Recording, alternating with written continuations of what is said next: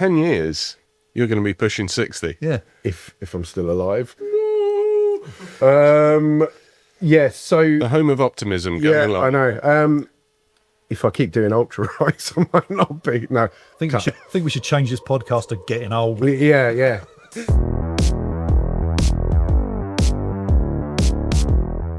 Hi, welcome to Going Along with Cycling Weekly, the cycling podcast about all things ultra, bikepacking and adventure riding. My name's Steve Shrubsall, I'm your host, and today I'm with James, my brother, Shrubsall. Hi, Steve, my brother, Shrubsall. And also Richard Butcher. How's it going, mate? Yeah, very well. Very well. I'm used to being the other side of the camera, but today I'm on this side, which is a bit unusual for me. But well, it's for a very good reason, which we'll get to a little bit later. James, been doing much writing of late? Obviously, you're the features and news writer for Cycling Weekly. Yeah. Anything interesting pop up on the old radar? Yeah, some good stuff this week. Obviously, we've just had the Gravel World Championships. Pretty good races. The men's was won by Florian Vermeersch, women's by Lorena Wiebes. Whereabouts did they take place this year? That was in the Netherlands. All right, okay. And also some quite cool stuff about, well, actually, it's rules, so I don't know how cool it is, but FKTs have announced some new guidelines for sort of doing FKTs, riding them, and creating routes as well. So they're looking for new routes. Oh, right. If you know of a kind of, it has to be a preset route, but preset in what way? It has to be in some way sort of a sanctioned course. Yeah, so maybe you could imagine like a challenge ride, something like that, or a charity loop, or just a recognised trail, for example, that's been there before. It doesn't have to be a loop, actually. It can just be a place-to-place thing, right? Obviously. Yeah. But you can't just go out and sort of use your own sort of training loop for it, right? For example. Okay. It has to have kind of been pre-designed. That's interesting because, it's always been, I've been fascinated with FKTs since, 2020, since they first came up on my radar. But you always wondered how you actually get a route sanctioned. But that sounds like they're starting to clarify some stuff there. Yeah, so this is the UK website, fastestknowntimes.org.uk. You can go on their website, you can submit a route if you think it's sort of worthy. It's actually worthwhile, trying an FKT on. Yeah, well, it's actually quite pertinent for us because actually Butch, myself and you, we filmed Nikki Shaw, didn't we? We did a few weeks ago, and doing one of our doing an FKT attempt, which she actually, she successfully took the FKT. She didn't just from me. Yeah, she didn't successfully do it. She smashed it. Let's be honest. Well, yeah, she beat my time by 6 hours, but we don't talk about that too much. Exactly. But we actually filmed it, so there was some. It became a bit of a point of contention on social media. Are you allowed to film FKTs for them to be, established, or is it in fact making the rider's life easier because they've got that psychological support?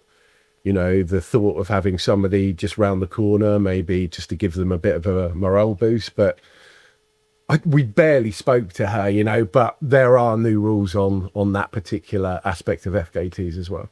Yeah, that's right. It really is a self-supported endeavour. I think Nikki herself has come back on that, hasn't she? And had given a response, and she actually said that you guys actually got in her way to some extent. So, or it could almost be seen as that. I'd say she would have gone quicker without us. I'd say we probably went some way to taking her out of her zone. Because although it's nice. Yeah, that was how she expressed it, to be fair. Not exactly got in her way.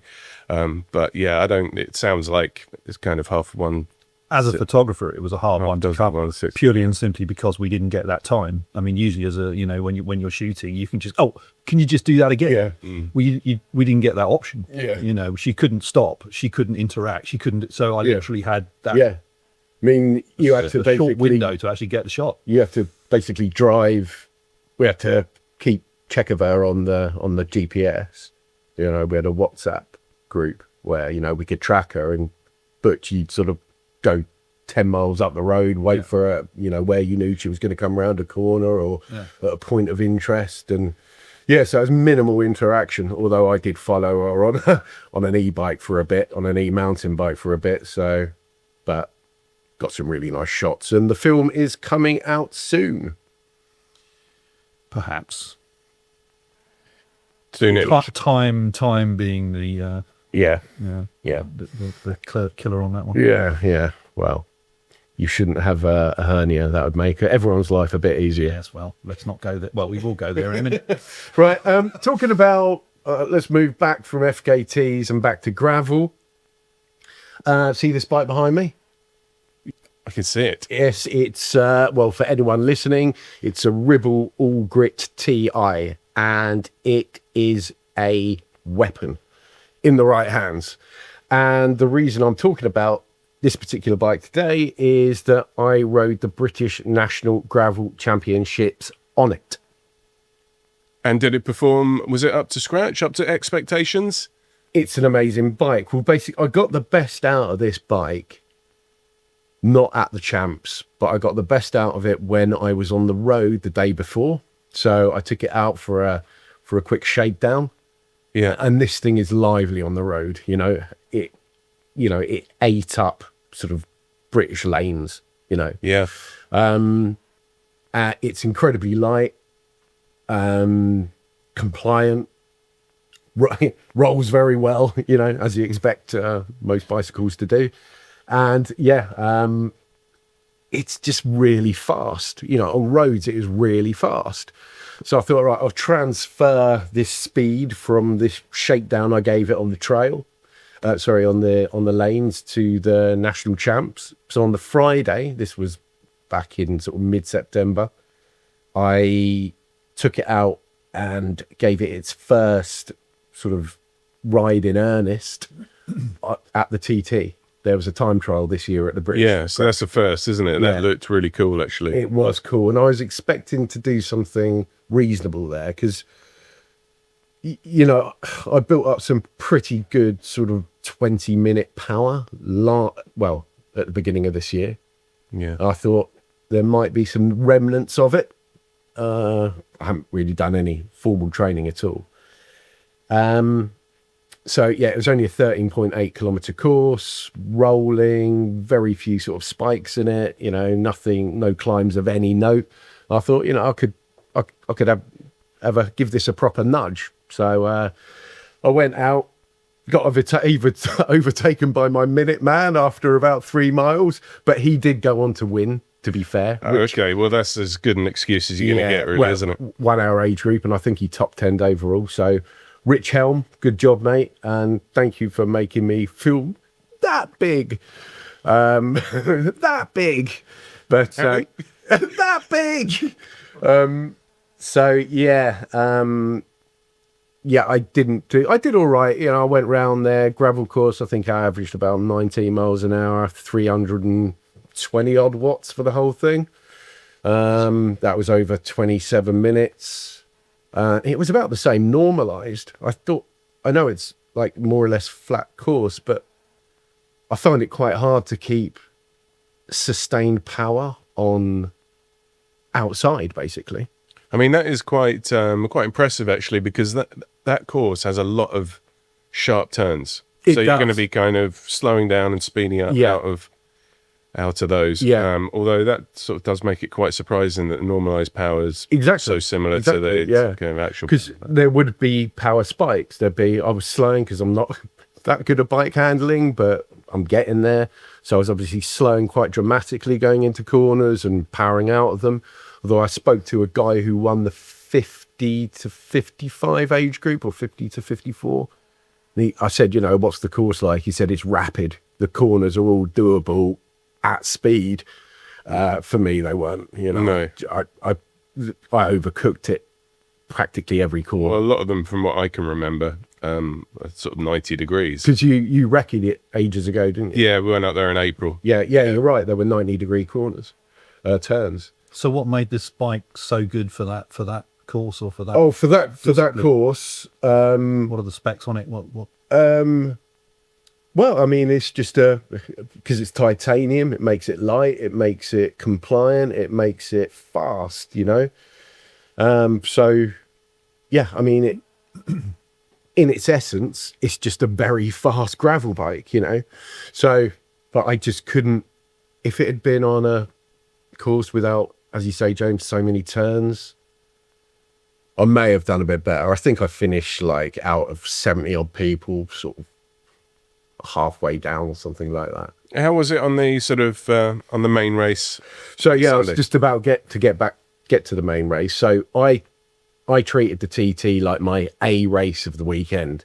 Like I emptied myself. You know, when you get to the end of a sort of race or an effort where you can feel that sort of burning sensation in your lungs, and you got that metallic taste in your mouth.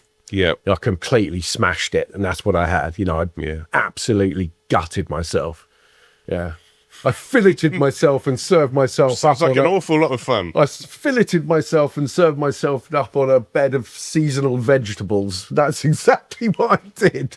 So ended up looking like a bit of wet lettuce. I did indeed. Yeah, I felt a little bit despondent at the end because I didn't place that well. But people were there with aero lids, with tri-bars. Everyone, and I mean everyone, was considerably slimmer than me, but we're not going to dwell on my weight in this particular podcast because I'm bored of the topic, and I am going to address it I was going to say, now you know how I feel when I do this podcast. Right, anyway. Yeah, I was heavier than everyone else, and but let's not go there. We'll go there on another episode when I've lost weight. Which leads me into the main race, which was 70 miles with about 8,000 feet of climbing in new money, 120 kilometers with 2,500 feet, meters of elevation. It's just all up and down, isn't it? It's really hard, 70 miles, I'd say. Yes, ridiculous. So I started off, I was like, but it's flat for the first kilometre or two, or three even. I hadn't recce'd the course because I hadn't been up north for long enough. This took place in Dolby Forest, by the way. So like steaming along in the pack, you know, really, you know, reveling in the ribble and how fast and Reveling in the ribble. Reveling in the ribble. Yeah. Reveling in how fast it was and how much. Yeah, I mean, I was really enjoying it. You know, we were in a big peloton smashing it along champagne gravel, going downhill, made up a few spaces, you know, made a few places up, overtook a few people, you know, got that buzz going. Then we rounded a corner, first hill came up, which is about 2 kilometers long, only fairly gradual, and that was the end of that. That was the end of me being at the front of the race, or anywhere near at the front of the race. And from then on, I just treated it like a sort of over-under training session. So there's 4 big hills, and you loop the course 4 times. So you've got 16 climbs in essence, all of around 1 to 2 kilometers. So I just went up the hills as fast as I could, dropped down them. But yeah, it was a good day. A lot of very fit people there.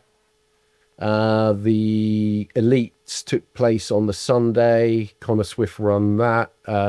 Just pipped his cousin Ben on the finish line. You know, they had minutes. They were minutes ahead of the rest of the field. Yeah. And it was a strong field as well. But yeah, that's what I've been up to. Anyway, that's me out the way for now. Today we're going to talk about a bit of a rite of passage for ultra distance riders, endurance riders. We're talking about the biggie, riding your first century. James, can you remember back in the midst of time? In the midst of time, when you rode your first 100 miler? I can. I was 13 years old. I've been riding with the CTC, as it was then called, the Cyclist Touring Club, for a while, and just slowly getting longer and longer rides under my belt. And Yeah, it was just it was a reliability trial. Whereabouts was it? It was sort of from Surrey into Berkshire and Oxfordshire countryside. All right. Looping north of Reading and back down. Yeah, Okay. so Relatively pretty flat. Relatively flat. Yeah. Yeah, The but Berkshire's flat, isn't it? yeah, pretty much. I'm sure there's some people will let us know that there's some pretty big hills in it. In fact, I've ridden a few of them myself, but by and large, there's plenty of nice open there's a few on my way countryside. to work in Berkshire. Right. As I cycle into work, so there's a few little ones. They're not big gradients. They're but mounds, they're slopes, they're false flats. They're not worth mentioning. Well, Sorry to ridicule your route riding to work. You're not but- ridiculing my no. route at all. No. So yeah, that was my first century anyway, imperial century, of course. Yeah. And yeah, how about you? Wasn't that long ago, actually. Well, 2013. So I just sort of disembarked from a few decades of being appalling and decided it was time to get fit. And that's when I first started cycling, you know, back in the early 2010s, I guess you'd call them. So, yeah, it was actually James who initially got me into cycling. So thanks for that, I think. Yeah, I am glad that I did, but it's just the fact that it took you about 3 years to become significantly better than me. 2 years. And you haven't looked back since. No, it used to be a case of when me and James used to ride together, I'd be the one sort of, you know, the wheezing bubble butt at the bottom of the hill. Like, wait for me, or I just couldn't climb. You know. I seem to remember I was very patient and understanding. You weren't. I certainly, well, I would say I was a lot more patient and understanding than you have been for the last 10 years. I remember a ride we did, which took place from Devon to Surrey. We had to sort of skirt the Jurassic coast, and the air turned blue, and bicycles were threatened to be chucked over cliffs, and almost got the train home. Yeah, that was I consoled myself with that was a trip. In fact, we wrote about that trip. If you can lay your hands on a copy of Cycling Active from the time, you can read all about it. Yeah, it was a joint effort with the writing as well. Anyway, so I did my first century back in 2013.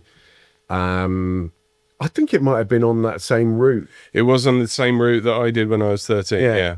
And I had issues with that. It was all right. I think I had saddle issues. I'd done a fair bit of training prior, not that consistent actually, and not many big rides either. I think I'd done a bunch of commuting to work, not particularly consistently.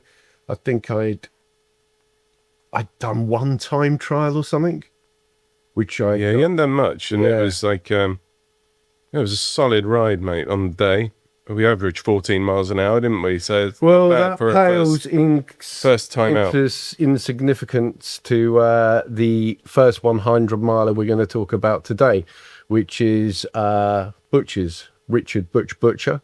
You've actually got a famous cousin, haven't you? I do have a famous cousin, yeah. Who is he? He's a famous cricketer. He used to play for England, Mark Butcher. Oh, yeah. Now does a bit of punditry for Sky. Okay. But yes, can you get him on the pod? Does he do any cycling? I don't think he does any cycling, no. It doesn't look like he does. Can you tell him to rectify that and get him on the pod so we can have a big name on it? Yeah.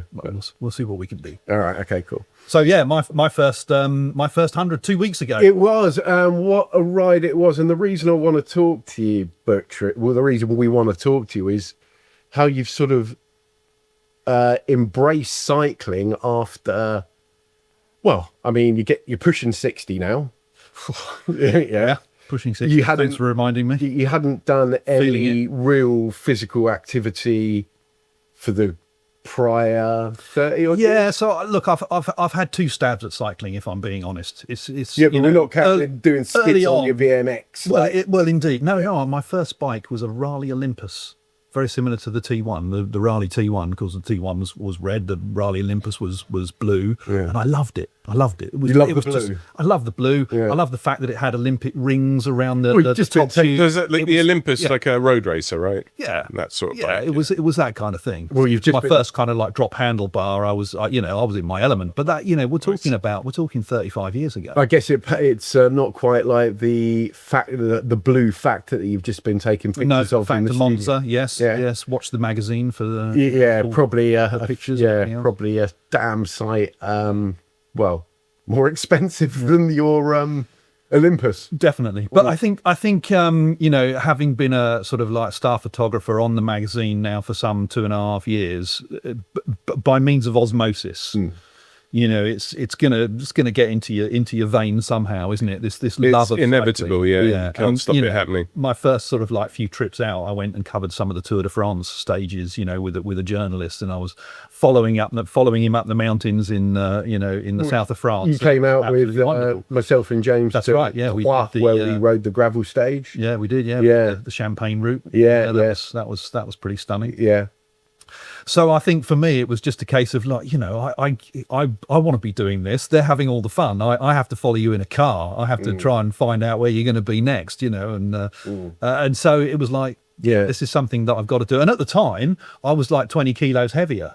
So about 2 years ago, I just said, right, enough's enough. If I'm going to get into cycling, I've got to lose weight, and I have. I just went ahead and lost 20 kilos over about 6 months. Did the 8 weight months. did the weight loss come before the riding, or did they? Yeah, before. Yeah. All right. Before. Okay. So was it a sort of a conscious thing to lose weight before starting to cycle, or was it just okay? I just want to lose weight, and cycling wasn't even on your mind. So like the cycling, I think it's not something I had a specific goal to do. I wasn't sitting there thinking I've got to lose this amount of weight by this amount of time so that I can go cycling. There was no sort of like end goal. It was just like, I've got to get thin. I'm putting on weight here, and I'm struggling to bend down and tie my shoelaces, which is great. And you're pushing 60. And I'm pushing 60. Well, you're out of snipers out. Saying I'm pushing 60.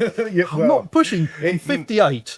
I'm 58. The whole premise of You're this moving the ban podcast- on unnecessarily, Steve. absolutely. Come on. That's the whole premise of the podcast. You're nearly 60, all right? Yeah. Well, I think the premise is that we want to get more people doing it, and I think that's the key. So, Yes, I if know. I can share anything that's And actually, we wouldn't want to say that if you're a few stone overweight, a couple of stone overweight, it doesn't preclude you from starting cycling, No, does it? I mean, you can go out. Case in point here, you can go out and ride your bike on a regular basis. I still don't enjoy think it. I still don't think I'm where I want to be weight wise. Oh God, I don't think anyone ever is, are they? No. That's If the you're feeling personally uncomfortable, and it's just something you want to do, then chances are, well, it'll certainly make the hills a bit more enjoyable if you're on the bike. I think the thing is with cycling and weight loss is, if you don't cycle, then you're not really thinking about your weight. But it's as soon as you get on the bike, the two sort of work hand in hand, because you're doing that exercise, and you don't want to be big. You will want to lose some weight, so it's easier on the bike. And if you're looking after your diet, then things get easier, and you've just become an all-round healthier person, mentally and physically, when you're first and foremost take up a physical activity. And I think that was the spark. The spark was when I did start to lose weight. I suddenly felt a little bit fitter, and I thought, I probably can cycle. I'm a 58-year-old arthritic need, I've got a hernia as well, just to add insult to injury, so I'm carrying that around too. And, that's being operated on Thursday, actually. But, so, it was that weight loss that actually kind of made me go, well, I can do this now. I can do this. I can, I could go out and I could get fit. How was I going to do it? And so I live, the office is based in Winnhurst Triangle near Reading. And I live about... Don't give away our secret location. Okay, secret location, the Batcave. Yeah. Yeah. I think that I just thought, well, I can ride this. It's not impossible to ride. So I picked up an e-bike just to start off with. But it was not with a goal in mind. It was a really chunky thing, though, wasn't it? Yeah. I mean, this was like a cargo bike that weighs about 300 kilos. Yeah. I've seen it actually. Yeah, it looks like a motorbike, doesn't it? It's pretty, It's a what is it? A pretty Himway? heavy duty. Himiway Zebra. Yeah. And you know what? It was great. It Yeah. was super quick. But don't tell anyone. You de-restricted It's it. our No, I secret. didn't. Don't tell anyone. Yeah. And it just made the first and foremost, it made the ride enjoyable. You know, on a day when the sun was out and the birds were singing and I was motoring along on my e-bike, it just made the entire journey fun. And I think that's the thing. So again, I didn't have anything in mind. What should It be? started the seeds of I can probably do this on a road But bike. with the e-bike, did you find yourself getting out of breath? Did you find your legs hurting at the end of each commute, or did you not get those sensations? Yeah, I did. Right. I did. So you Start off actually with- felt like you'd done Yeah. a bit of physical activity Yeah. before and after work. Without a doubt, Right. And you will, and it's not something that I necessarily measured. I didn't go on a Strava. I didn't see what power I was putting out or whatever, anything like that. I just took it as a nice ride to and Well, from. with an e-bike, you're putting out 500 watts whenever you damn well please. So there's a lot of arguments for getting an e-bike. Certainly are. Yes. Well, So look, that- it's a great starting point. If anyone gets to my age and they just think I want to get fit again, then just get yourself an e-bike. They're huge fun first and foremost. and if you're pushing 60, then Yeah, exactly. Pushing 60. Um, You wait, it'll come to you, mate. It'll come to you. I'm pushing 50, and I I'd feel say in about 10 years, you're going to be pushing 60. Yeah. if I'm still alive. Yes. So The home of optimism going yeah, along. I know. If I keep doing ultra rides, I might not be. No. Think we should change this podcast to getting old. Yeah. So So yeah, after I had my Riley Olympus, a friend of mine who I used to cycle with quite a lot, he got a better bike than me, so mine went to the shed, and that was it. So I've got to that point. I had to get to a point now where I was thinking about doing something else, and I went off and went to work and everything else, and cycling took a backseat. I didn't cycle again really until about a year ago. I got on the e-bike. Yeah. So that was about a year ago. Yeah, about a year and a half ago. I was Which is So you progress from the e-bike. So obviously you don't want to be commuting year round, although a lot of people do. Hats off to them. I did try. But you used another form of apparatus to sort of push you in the right direction to getting on an actual bike, didn't you? On a mechanically run bike. So I think it was just after Christmas, and I just thought to myself, well, I'm a little bit fitter now. My legs were starting to take shape, which was quite interesting, seeing the sort of transformation, sort of muscle groups really starting to sort of like, all of a sudden I had legs. It was amazing, muscles, and yeah, there happened to be, I was at work one day, and there happened to be an old Tifosi Forte, which I think, James, you may have tested about 10 years ago. Yeah, that was in my garage for a little while. 40. Yeah, those days. Yeah, Fosi, good solid bike. It was. There's plenty of decent rides on that. Yeah.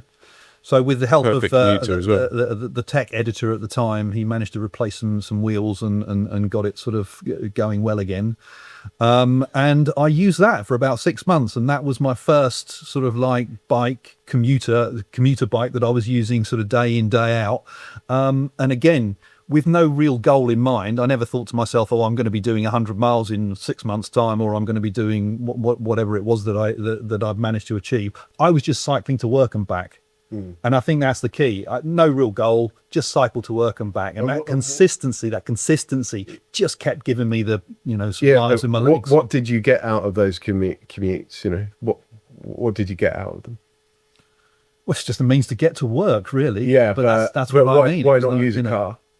Why not use a car? Well, it just felt better. I felt There you go. fitter. Yeah, I felt, I felt like I was achieving something. My wife kept saying to me, she goes, "Oh, just, it's a bit moody today. Just go and get in the car or whatever." And I was like, going, "No, I if it's not raining, I'm cycling." Yeah.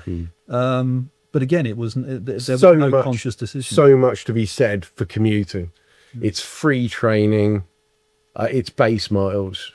Me and you used to, when our office was slightly in a slightly different location, we used to live, because I used to live near James, we used to live about 15 miles away from work. 30 miles a day. It's just, you do that 3 or 4 times a week, base miles. I mean, really good solid week there before you go out of the weekend. And it was, smash the hills or, you know, on the way there, or, you know, have a bit of a race or something on the way back.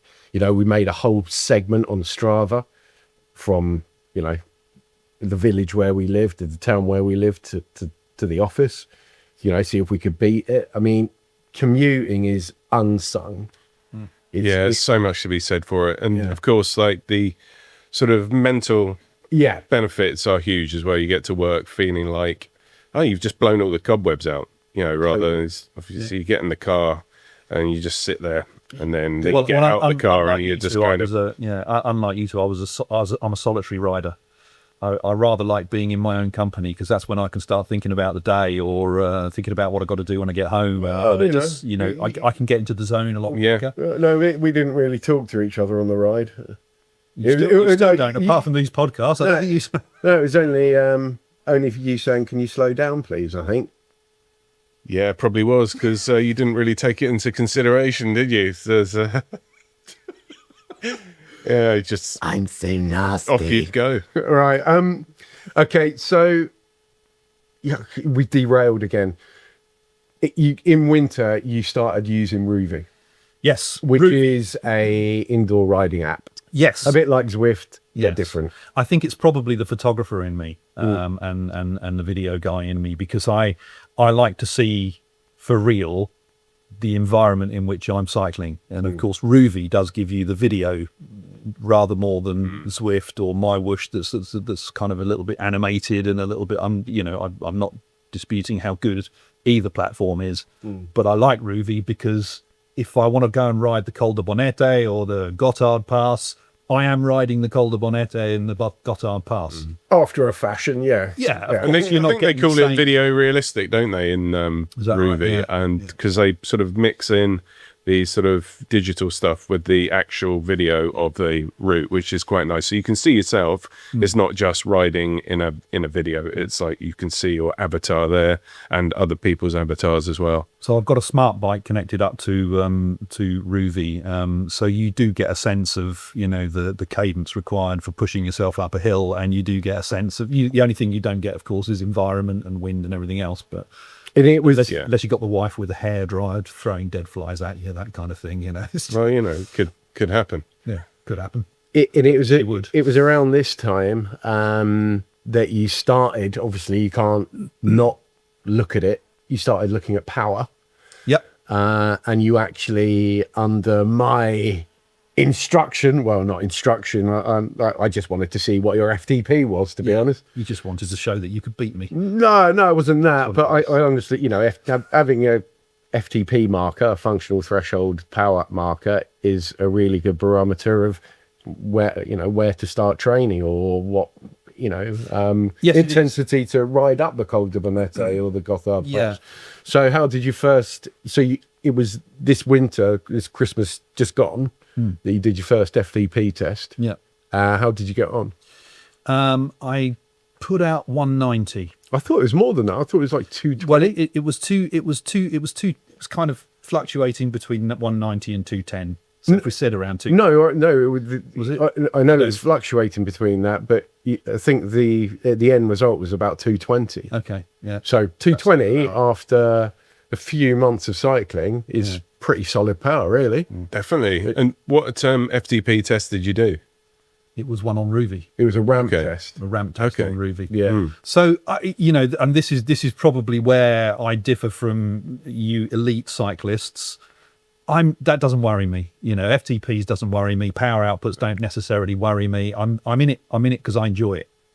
You know, and if you are starting at my age, then don't worry about FTPs. If you really want to get involved with that, fine. You can, you know, fuel yourself correctly and do exactly what you need to do to do an FTP. It's not something that I am looking for every day. Not yet. Well, I mean, when you're sort of riding indoors, and obviously you've got all the readouts in front of you, it's kind of hard not to look at the power, especially, I suppose. And you know, whatever you're in it for, it is quite useful to have something that gives you an indicator of how hard No, I look you're at how many trying kilometers to left. go compared to yourself. Well, yeah. But I That's the other mean, one. there must be a way that you gauge, you know, if you're climbing, because I know you do a lot of hill climbing on Ruby. Yep. Is there a way you sort of gauge the intensity? I mean, you don't use a heart rate monitor, you don't really use power. No. Well, so it's just RPE. It's Yeah, just your I think it's just this. This again, rate it's- of perceived exertion that. It's the consistency, Steve. I'm No, but I mean, if do you ever want to do a harder ride, or are you just like, oh, you just sort of Yes, but by consistency for me, what I'm actually meaning is, can I do this route in an allotted time? Oh, right. And I'm always coming in under the average time. Oh, okay. Because I think with every ride on Ruby, it says you should be able to do this Right. this particular Okay. route in, I don't know, half an hour or whatever. Right. And usually I'm Okay. coming in underneath, unless I'm just going for a sort of Okay, a so zone you 2 are- tempo ride. Listen to me, zone 2 tempo ride. This guy knows what he's on He about. does. So I mean, that is Only by listening to you two. no, but listen, that's a really good way to do it, because you're adding some intensity there without focusing too much on anything really, apart from getting there within the allotted time, which is, I think a lot of people do that, because you do get, you know, that's a good, I think that's a good way to add intensity into things. If like you think, okay, right, can I do this under an hour, rather can I do this at 300 watts or 200 Yeah. watts? I mean, I suppose the only thing is when you're riding indoors, I mean, if you're riding for an hour, it can be quite a long time. And if you're riding at the same intensity for that whole hour, even if it's an intensity that you're trying to push yourself slightly, that can seem like quite a long time. So if you know, it is good to break it up, just to kind of maybe ride a bit slower and then a bit harder. And you can do that on RPE, or you can do it on watts or whatever you want. That's what I started But, doing. it When does I make first time go a used bit Zwift. quicker. Yeah, I used to like. Yeah, I wasn't. Oh no, I was looking at power. So like when I first started using Zwift, I think my power was like my threshold power was like 280 or something. So I go ride at 280 for a minute, and I'm going to drop down to 220, and just kept doing that. Yeah. But yeah, It doesn't sound like you have an issue with sort of feeling like the time's going slowly anyway. But No, it seems like no, you're not enjoying at all. it. So. No, I'm enjoying it. You're there. And I'm seeing what it looks like out in the world, and I wouldn't mind actually going and riding. yeah. Well, we have been to the Gothard Pass. I have been to the And the Gothard Cone Pass, of Venet. but I drove it, unfortunately, Right. because I was following another journalist. Yeah. So Behind the camera. behind the camera. Anyway, Absolutely. so moving on. Yeah, So you've done a lot. I mean, your base miles came on Ruby and Komoot. Yeah. And one day you decided to step it up a bit and ride 100k out on a photo shoot. All right, so I actually did 100 kilometers on the Isle of Man, which is pretty hilly. It's quite a test. I rented from Cycle 360 a Pinarello Dogma. So Nice, why not? Was quite flash. If you're going to do it properly. So I did, and it was surprisingly, I got to the end of my 100 kilometers. I don't ever remember stopping and hiker biking. I think I managed the entire route, and I got to the end, and I thought, well, is that it? It felt like I could do more. I felt like I could do more. So that was an interesting thing for me. It was a bit of an eye opener. All of a sudden, I was thinking, I actually can do this. I can do this. You know, and it's not too much of a chore. So that's where the seed was sown, and then obviously the next logical step up. Well, no, that was your fault, because I came back and I said, "Oh, I've just done 100 kilometers around the Isle of Man," and you went 100 miles next. Yeah. And that was it. Yeah, plus 100 miles that's just the start, by the way. That's just the start. That's literally. But I mean, 100 miles is pretty much officially going long, isn't it? So I think that's. Yeah, I reckon. Well, I again, during my sort of like, I suppose the introduction to cycling and where I went with my cycling, I never really had, I still don't have a goal in mind. I didn't know whether speed was my thing. I didn't know whether, you know, your Audax riding was my thing, whether it was gravel riding. I didn't have a yardstick by which to go by, from which to go by. So I still think, yeah, you probably still haven't found a niche. Not that you need to find a niche. So just do whatever you want. I mean, there's so many ultra cyclists out there that do time trials, that do cyclocross races, that do cycle touring. You know, I mean, riding a bike's riding a bike. You know. Yeah. I think because I'm quite a solitary rider, I'd be quite happy just going out on my own. That's why ultra riding's good. Well, exactly that. Because after 3-4 hours, you don't see anyone else. Yeah. just the shadow of your soul riding next to you. Yeah. Right. So the 100-miler. Yes. We've done it just 2 weeks ago. I say we because I went out with Butch to keep you company. On the Ribble. On the Ribble, yeah. So this, for me, this is where the Ribble came onto its own. Obviously, gravel race is one thing, but it doesn't need gravel to perform. It needs British country lanes in autumn. What size are those tyres? They're 40s. Yeah, I mean, I reckon that's about the perfect size for country roads in the UK. I reckon that I ride that all year round. Yeah. I cannot fathom how I used to ride around on 23 know. minutes of rubber, like pumped up to 110 and think, well, anything more is just going to be sort of slowing me down. This was so comfortable. Obviously, I rode 100 miles on the road with Butch. It was ridiculously comfortable. I mean, it just ironed it all out. Like a lot of the time you're cursing the British roads. Yeah. You're just like, for God's sake, somebody just put a fresh layer of tarmac over this and, save my Roads are pretty. save my derriere from any further batterings. But yeah, it really.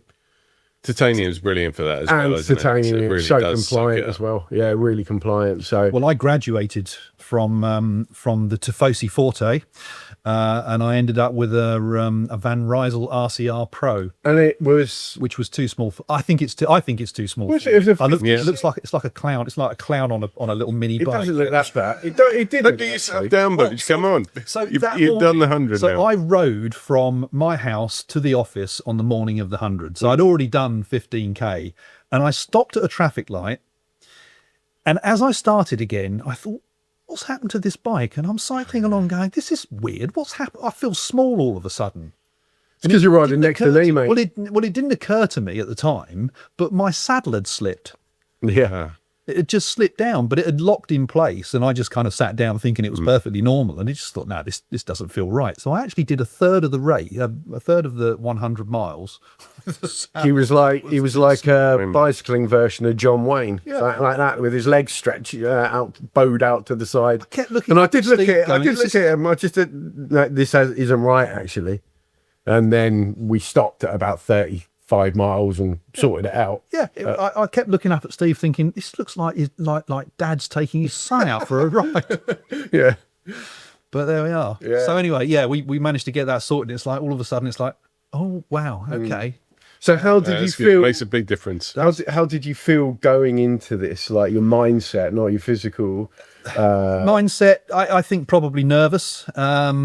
I've because I'm new to it and new to cycling. I don't have a yardstick. I don't know what's right. I don't know what I'm able to achieve. Did it feel like an insurmountable task before? No, it didn't. No, it didn't. And I think by virtue of the fact that I'd done, the Isle of Man, which again is a ride in itself. It's quite heavy going over on the Isle of Man, particularly on a wet, windy island in the middle of the Yeah. So, Thing is, I think unless you've done maybe 90 miles or something very close, the sort of mental aspect of going out to try and do something that long, 100 miles or more, is probably one of the biggest barriers. Actually, I think I get the feeling a lot of people tend to possibly over prepare because you want to know that you can do it, because you've got to go a very long way from home unless you're doing loops around your sort of local area, which sounds a bit tedious to me. So you got to go a long way away, and if you suddenly realise that you can't get back, then that's scary. But I think a lot of the time, if you've done 75 or 80 miles, you can definitely do 100. You just need to eat and drink right. Yeah. So I mean, how was that aspect of it? The fueling. Fueling, I had some bars and gels with me. I'm not a massive fan of gels. You took the Sturka stuff, didn't you? I did, yeah, but I'm not a massive fan of gels. I've tried a few different gels. It's it's like eating crushed eyeballs. It's really quite it's not my thing. I don't mind the Sturka gels. You don't mind the odd crushed eyeball? It's the powders I don't get on that well with. I just find them too sickly. At least with the gel, it's going to be sickly, and it's just you neck it, done. Yeah. But with the drink, it's just constant drip, drip, drip. Yeah. Yeah. At the end of my 100k around the Isle of Man, I started to cramp up quite significantly, so I really don't think I fueled properly. With your advice, I think, you know, it was good. We ate fairly regularly, and we always had something to eat. I don't think cramping becomes is a byproduct of not eating properly. I think it's a byproduct of using your muscles more than they've ever been used before, for the most part. Okay. I mean, it can be both, can't it? It can be lack of hydration. Yeah. And obviously, exactly like you say, Yeah. sort of But just I think putting yourself in out this of your comfort case, zone. you know, particularly with, you know, a relatively shorter ride, like a 3-hour ride, I don't think you're going to cramp up through, unless it's a really hot day, I don't think you cramp up through lack of hydration. Possibly not. No. Yeah, I think it is because you're moving your muscles that have never, in a way that your body's not used to. Because that's how I used to. I mean, this is anecdotal, but I have written about it before. And you know, does lack of sodium or being dehydrated lead to cramps? We're not sure, but for sure, if you move in your, you know, if you move your body in a strange way, you do cramp up. So, and that's what used to happen to me on my early training rides, when I used to smash it for 50 miles and wondering why my calf was just like as ridged as that table, you know, when you sort of 45 miles. Well, of course, also there is the possibility your riding style is you know, compromised. Yeah, You're on a bike potentially. that you're not familiar with. Yeah. I was on that pinner Yeah, at it all makes Dogma. it- I'd yeah. never really Yeah. used it Especially before. if you're and sitting too low as well. Yeah, It's not going to help. the night before, when we picked the bike up, I cycled back to the hotel, which was, you know, and there were some brutal hills just on that ride back. I thought, oh my goodness me, if this is what we're going to get tomorrow, there's no way I'm going to do it, because I'm not a big climber. Climbing is what I'm going to be doing in the winter on Rouvy, Yeah. just because I can't get some power into my legs. But I'm not a great climber. So yeah, I mean, it could have been a little bit of that, a little bit of nervousness, perhaps. Yeah. On my part, you know, you don't want to let anyone But, down. You I just mean, get out and ride. I mean, I've ridden many hundreds before, and I was really impressed because I didn't have to sort of temper my pace at all or tailor it to somebody that was going significantly slower than me. Sorry, James, I don't know why I looked. What was our average time in the end? Average speed. Average speed? Sorry, not So, average time. so I average speed. generally wasn't thinking about you with that in mind, but it just really. We averaged about 15.5 miles an hour, which is pretty. Which is it's high. Sorry, James. Sorry. No, it's highly very satisfactory. I mean, I felt like I'd done a decent day out. Well, again, I have no yardstick. I don't know whether that's Yeah, good exactly, or bad or exactly, otherwise. For me, it was just about, you know, keeping up and trying not to let you down. I mean, there were a few hills where you left me standing. Well, there was one particularly. There was right in one the middle hill, where- Gibbets Hill in the middle of Wiltshire, that reached and breached 20%. I'd say it went up to about 25%, and I just about got it up on that. Well, I just about got up it easy on that. Well, I think we just come off of a gradual climb. It Anyway. was- So it my was a big legs were hill. already starting to like go, well, you know, you're climbing. And then we hit this hill, and I was just like, nah, I'm not going to do that. So I'm afraid I got off and walked for a little while. yeah, Sometimes discretion is the better part of valor, Yes, especially when you've got a long way to go. Yeah. exactly. No, it's definitely the right thing to walk. There's no point in killing yourself. But the nice thing about that is it's given me a goal for the winter, because I really want to get better at climbing. Yeah. That's really the only time I've ever really set myself a goal. Yeah. We are going to Just do a to go out and ride. podcast actually in 2 weeks about climbing. So watch this space. And in terms of walking up hills, I remember very clearly one of our early guests, Neil Copeland. Oh, yeah. He was saying, look, you know, you can start walking up hills early on. You know, it's going to save your legs and make you stronger later in the ride. Yeah, without and this doubt. is particularly for sort of ultra distances. But, you know, there's absolutely no shame in it. There's no shame in it at all. Well, the route we came from Winner's Triangle. We went out to sort of Arborfield and out towards Greenham Common, Aldermaston, Newbury, Hungerford, and then we sort of looped all the way back. I do remember just as we were coming down the Reading Road, sort of last sort of couple of miles, you know, I thought, well, it's time to open up the tap. So I went for it a little bit. So I still Exactly. I mean, felt good. It was another one of those. Is that it? Kind of thing. No, I mean, it was pure Perfect. testament. It was pure testament to how fit you are and how far you've come purely with consistency. And it is absolute. I mean, key word here: consistency. Yeah. Your Rouvy rides have been, if not daily, every other day when you've over the winter. During the spring and the summer, I don't think I've ever not seen you ride into work unless, you know, you haven't been in work, unless it's been a Saturday or a Sunday. But your consistency has just been next level, and I've been blown away by it. I'm really, really impressed by how quickly you've got this level of fitness, and to be honest, how quickly we rode the 100 miles. So, chapeau, hats off to you, Mr. Richard Butcher. Yeah, well done, Mark. Well done. And what's next on the agenda? What's next on the agenda is to get my hernia repaired. Okay. Because whilst I was doing the 100, you know, I had Popped out. Yes. No, it didn't pop out. No. It threatened to pop out. It threatened to pop out on many an occasion. And I, well, interestingly enough, I did have one episode where it had popped out, and I just went, oh well, I'm going to ride anyway. It's painful. I'm going to ride anyway. And by the time I'd got off the bike, having done about 35k around sort of my local route, I was pain free. Okay. Pop back Whether in. Cycling, yeah. So I think takeaways from. Sorry, James. yeah, no, I was just going to say This is not but- medical advice, though. Please, if you have a hernia, don't do that. Absolutely. Sort of having done your first 100. Yep. And before we wrap up the pod, it'd be really interesting to know if you have any sort of tips that you would pass on to anyone listening to this, watching this, that is considering doing their first century. I think what I've been mentioning throughout, don't have a goal necessarily at the start. Because as human beings, I think we're very good at setting ourselves goals that we're never likely to achieve. I didn't set out to achieve a goal. I just set out to ride and enjoy the ride and enjoy the process. So if you can get to a point where you're just consistently riding every day, and, you know, Steve, you hit the nail on the head when you said, you know, it is about consistency. Just find a route that you can do that even breaks it up. So I would do 15k, you know, to get to work, and another 15k back home at the end of the day.